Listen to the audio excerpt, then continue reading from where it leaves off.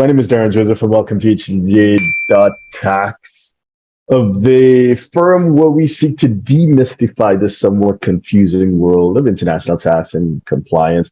Today, we're going to do it a bit differently. Rather than just talk tax, we have the opportunity and the privilege to have a conversation with Mick, a friend. He's not a client, a friend who does live that international lifestyle. Mick, do you want to say a few words, introduce yourself to those who are watching? Well, thank you. I don't think it's a privilege you having me. I think it's the other way around. But I'm flattered, so thank you very much. So I'm Mick Newman. I know this gentleman for, I think, the better part of 25 years, and we've been on a hell of a journey together. I live a sort of semi-nomadic lifestyle, I believe, in the sense that I split my time evenly between the Caribbean and the UK. Sort of every 5 to 6 weeks, I'm back and forth. And this presents some interesting, revelations about lifestyle and the realities of doing business and having multi-jurisdictional clients, which is something that Darren has lived for the past, I believe, 15 to 20 years. And I've been sort of living it, but it's been more amplified since post-COVID. Mick is, let me put it this way, he's an Oxford-educated entrepreneur, international consultant. Of course, I don't want to get into specifics of what you do because, of course, your clients are quite confidential. But I think that creates context as to who you are and the breadth of experience and competence you bring to a conversation and a consideration like this. What are the pros and cons of having a base in the Caribbean in general, but in the Southern Caribbean in particular? What are your perspectives on that? Okay, so very clearly, the pros are, because I'm sort of based in Trinidad, which is the most industrialized island in CARICOM. You have, access to a pretty talented workforce and a pretty, within the CARICOM context, a very sophisticated, industrialized environment, right? Especially if you look at the sectors I'm in, which is oil and gas and fast-moving consumer goods. Trinidad is probably one of the most, if not the most advanced in CARICOM. It also geographically, as a hub, right, or a cluster, it offers easy access to places like Guyana, Colombia, Venezuela, Suriname, right? So you have the tip of the South American continent, and then you have immediate access, to Panama and Central America from Trinidad. So as a logistics and hub, it is quite valuable, right? The third thing I would see as a pro is, and I've seen it again in the sectors that I am involved with, is there's quite a bit of creativity and innovation happening. For example, the energy transition and renewables, right? Trinidad is really, really pushing the agenda on that, right? And in terms of, fast-moving consumer goods, marketing, logistics capability, it is pretty much, up there, with Jamaica giving it a run for its money. And then finally, lifestyle.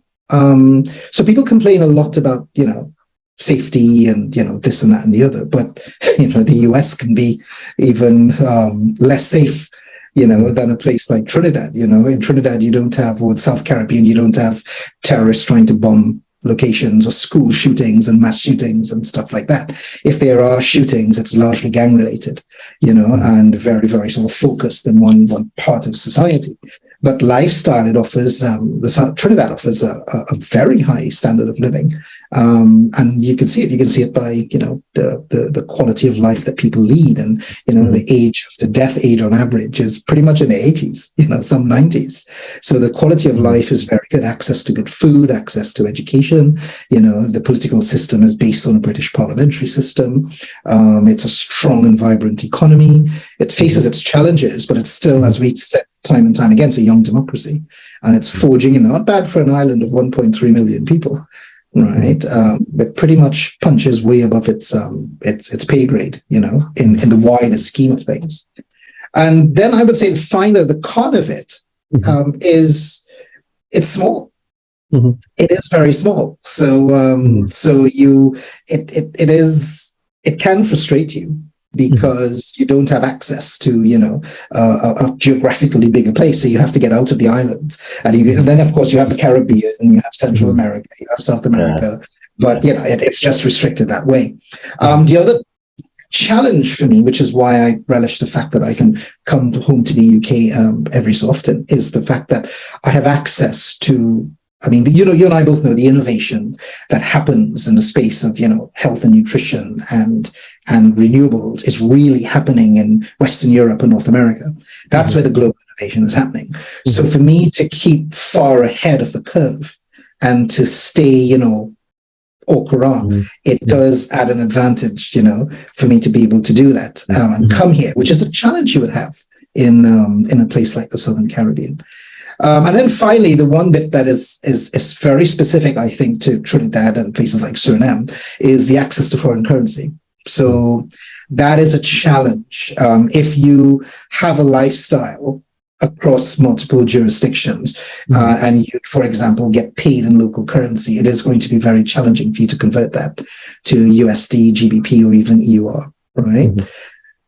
So yeah, that's just some of the things that come top of mind.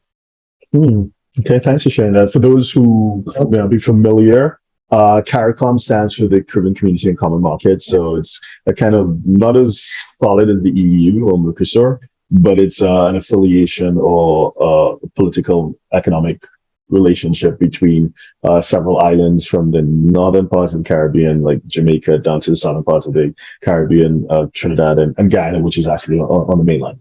So just to kind of quickly summarize my takeaway from what you just said, pros, definitely access to a skilled English-speaking workforce. And because it's the most developed island where you spend time in Trinidad, off the coast of Venezuela, you have access to, quite progressive infrastructure as opposed to some of the other neighboring Caribbean islands, relatively speaking. And it can serve, depending on what type of work you're into, it can serve as a springboard to Latin America, to the mainland, to the South American mainland itself. Obviously lifestyle, which is what most people would have expected the first thing to be, because, in a place with great weather, most times anyway, aside from when you get some heavy rain or whatever, but fantastic weather.